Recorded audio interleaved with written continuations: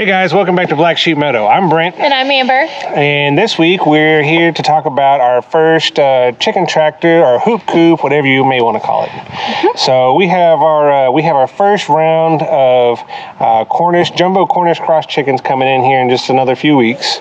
And yeah, we had maybe a little over a month and a half. We're actually using the good weather here in January. It's just profoundly good weather for January. You know, we're used to much colder temperatures than what we've had. But anyways, we're using this time to make a chicken tractor, or some people may call it a hoop house. We're going to pasture raise these chickens. So we built ours a little bit heavier than some of them out there, but we're planning on using either the mule or the tractor to move it. So correct. We're not really trying to move it by hand too much. Pretty much what we did is we took a combination of a bunch of different ideas. What was the first idea? We saw the first idea on that. It was actually Living Traditions Homestead was probably like the base model of what we have. I'll tag them down in the descriptions because their video is really good. We got a lot of ideas from that video. Correct. But that being said, we beefed ours up quite a bit. So they used a lot of chicken wire, or regular chicken coop wire. We've had a lot of bad experiences with regular chicken wire. I can't even recommend it for chickens. Not around here. We have way too many predators. We're surrounded by over 10,000 acres worth of unmaintained land that's just running wild. Our predator population is just absolutely insane. Yeah, it's crazy. So chicken wire just doesn't hold up for what we need. So we made ours with some hardware cloth, cattle panel, 2x4s, a lot of scrap material that we just had laying around here. I think in this particular, what do we want to call it? We want to call it a chicken tractor or a hoop coop? I mean, we could call it whatever. We're going to call it a chicken tractor. Our chicken tractor is, I think we probably got right around $225 in it. Right at. We had a lot of material that we just already had. So. Right. Some of it was, we bought our property, years ago, and some of it was here when we bought it. Correct. So yeah, a lot of the hardware cloth was actually shoved up in the corner of the property, so we used it quite a bit of it. And to say too, I think so far I'm impressed enough with this. We haven't even put any birds in it, but I'm impressed enough with this hoop coop that I think when our turkeys come in here in the next few months, we're actually just going to make this their house. Right, or something similar to this as their nightly house. The turkeys can free range during the day. I don't think hawks are as big of a problem for a turkey as they are a chicken. Our biggest problems have been foxes, raccoons, possums, and of course hawks. And I think we haven't lost a single chicken to or we have not had a single chicken lost to anything but those four. I mean, consistently. We've been very fortunate with our chicks. They haven't. But a raccoon, and I even shot a possum out of our chicken coop just a few months ago. He was actually eating a chicken feed in the middle of the night. Yep. But raccoons and fox have been our primary, and they will absolutely, they burrow right through chicken wire like it's not even there. So on the tractor, we still have a few more little things to do. Like we got to get a feeder set up. Yeah, we got to get a feeder set up. I might change the latches on the door. The style latch that we have on this door is the same latch setup that I made for our big chicken coop. But you got to remember, just the wood. Yeah, it's just a little 1x strip that on a screw that we spin, it holds the door shut. But you got to remember the meat birds are only going to be in this coop for around 5 to 6 weeks. When we get them, we're going to put them in a brooder box for the first 2 to 3 weeks, and then once they're of an age where they can actually move around and get around on their own just fine, we're going to move them in this chicken tractor. One of the things that I'm actually going to try and do, and I'll probably mention it again once we get them and get them set up, my idea was this chicken tractor, it's going to be moved every single day. So it holds, its footprint is a 12 by 16. I'm sorry, no, it's a 12 by 7. 12 by 7. So every single day I'm going to move it to a new patch of grass. And the chickens are going to have fresh grass to eat every single day. They'll also have I think we're going to put them, once they're in the chicken tractor, they're going to be on a 22% feed, I believe. I believe it's a 22%. So anyways, once we get them in there, obviously anywhere's on our property, we stress about predators. I'm going to take an old AM FM radio, and I'm going to run an extension cord out to this coop, and I'm just going to turn the radio on and leave it on. And I'm hoping that the little bit of noise, the songs that are playing on the radio, whatever the case may be, is just enough to keep any of our predators at bay. So we're going to try that, and obviously we'll keep y'all up to date. We're going to really monitor that. With this being our first batch of meat birds that we're raising here and doing the pasture pasture raising like that, we're gonna really stress about the predators. Our current chickens, we had to move them really close up to the house just to keep them away. But these guys, they're going to be out in the pasture and out in the yard, you know, moving every single day. So obviously the raccoons and possums and skunks are just as hungry as we are. The foxes. Yeah, the one year I think we lost six chickens in a row in one night to a fox. Fox, yep. But anyways, we're going to take you along. We're going to show you all the details on our hoop or on our chicken tractor. And I'm excited when the meat birds come in. I'm sure I will show you guys all of those. Yeah. I'm really excited about that. We will take you through the start to finish process with the meat birds. So from the time they get here, we'll put updates, you know, up here. From the time they get here all the way to the time they're in the freezer, y'all are going to get every single bit of it. So stay tuned for that. So let's get some details on the tractor. Let's move in. Okay.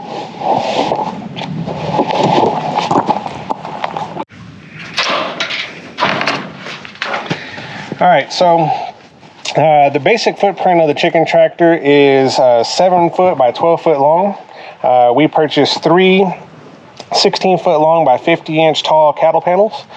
We had to cut approximately 6 inches off the last cattle panel to make it fit within the 7 foot by 12 footprint. Then after that, we basically just made some basic framework. Like I said, these are all basic things that we took from other YouTube ideas.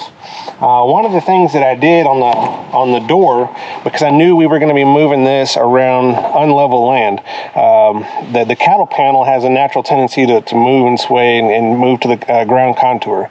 So I left a lot of room around my door. You can see how we moved it here. It's really close here, far away here. Next time I move it, the gap may be different. So I put about 1 inch all the way around the door, knowing that the chicken tractor is going to flex and move. That way we can access the birds as needed. So let's move inside. Give it a second. There it goes. Yeah. So on all of our cattle panel, if Amber wants to get down here,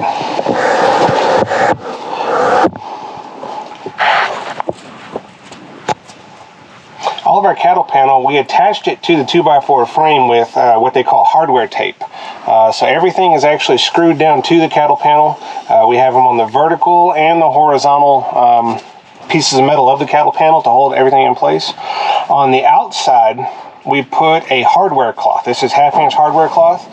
We mentioned before about the chicken coop, normal chicken coop wire, the chicken coop mesh.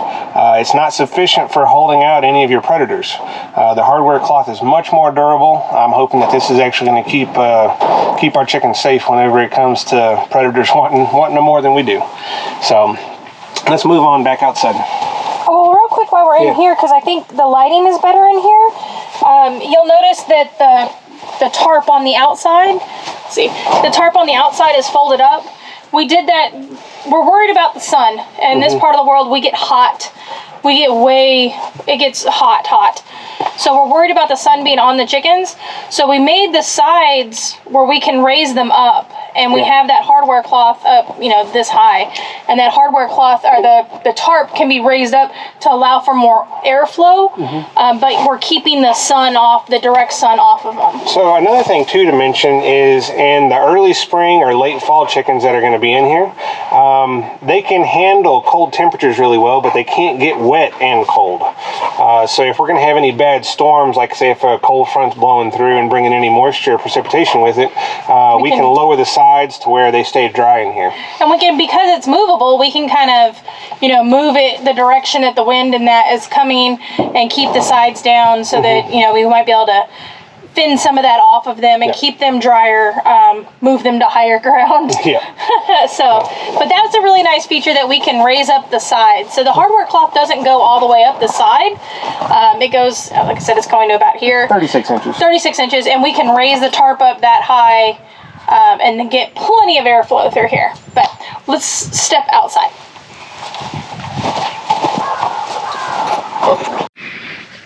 All right, so on our door, this is just little 1 by 1/2 inch strips. I drilled a hole in them, put a screw through it, and this style latch worked really well on our big chicken coop for our egg layers. And I kind of like it for here. I don't know, I may actually put a metal latch on it. I'm not quite sure yet. We'll see how this works out. I think this is actually going to be just fine. One thing I wanted to mention too, all of our hardware cloth is attached from the outside. As much as most fences are designed, you know, like where if you were going to put a piece of barbed wire on a post, you'd put the barbed wire on the side that you're trying to keep the animals in. In this particular case, it's not that so much that we're trying to keep our chickens in, we're trying to keep the predators out. The meat birds aren't trying to escape. They're just going to kind of waddle around in there. We're not really worried about them trying to get out. We're more worried about stuff trying to get in. So it's all attached from the outside. Okay, once again, the door, most of this material was all stuff that we already had here. I think, what are we in this coop? Well, we already said, I think it's $225. So, like I said, we had a lot of stuff that we already had here. Yeah, that hardware cloth would have been the most expensive part of this whole thing, I think. Correct. Yeah. The cuts that you see in the front and the back with a 2x4, the front he was a little more worried about, but the back we really just used what we could of the boards. We used the scraps that we had to cut off from the front. At the end of the day, the chickens, I mean, we're not trying to build a hotel here, right? No. I mean, the chickens just really don't care. This is, I'm really hoping to get 4, maybe 5 years out of this before it's done. So maybe longer. You know, we're talking, that's 15 sets of chickens, so three sets a year. So that's stapled or wired on. The tarp is just heavy duty zip ties, so that we could cut it off, remove it if it gets torn up. I think I bought a 50 pack of those zip ties, and I paid $1 or $2 extra for the pack simply because it said UV resistant. Yeah. So, and the tarp is UV resistant. I know a lot of people use the billboards, billboard tarp or billboard paper. What do they call it? The ones we've seen in other videos as well, they were black, and we were a little concerned about how much heat that was going to saturate into the coop. Even this silver reflective outside lining on the tarp, while we're in the coop, we could still feel quite a bit of heat from the sun. Yeah, I think that's going to be our biggest concern with these meat birds, is keeping them from overheating. And not so much in the spring or the fall. Summertime is going to be the summertime. I think this first batch is going to be kind of the test. So. But anyways, this is our hoop coop. Like I said, I plan on building at least one more of these. This might actually be, we don't know yet for sure, this might actually be a permanent structure for our turkeys. We might build another one similar to it. Just for the turkeys, we got 4 turkeys coming, and we just really like the design of this, that you can walk into it. It was pretty simple to put together. It wasn't overly complicated. There's not a lot. I think Bradley helped us the first day with it, and then, so realistically, 2 people could probably build this in a day's time. Oh, easy, yeah. If one full day. It's going to be a full day, but 2 people. We broke it up. We started on it one afternoon, and then we finished it this afternoon. It really wasn't. 2 people in a day could have this done, no problem. So, in the meantime, guys, we're still working on our spring stuff. You can see here behind us our garden trellis. I think Amber talked me into doing 6 more panels. We went from 3 panels of trellis to last year 9 panels, and now I've talked him into adding 6 more panels to it. Not all garden bean. I think we're going to try some cucumbers on the trellis. Do some cucumbers on the end. And maybe even some vertical squash. Maybe some vertical squash. We'll see. We have a lot of food to grow, so we need a lot of room, and going vertical is definitely space saving. So until then, do all the things. Like, subscribe, ring the bell, all the share things. Let us know if you have any questions, and until then, leave a comment. We'll see you next time.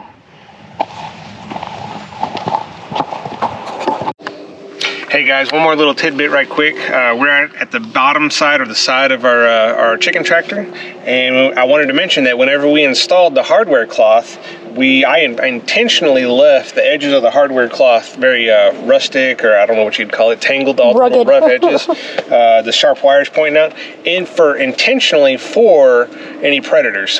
So if I'm gonna deal with a possum or a raccoon trying to get in, the lowest point is where they're gonna be at.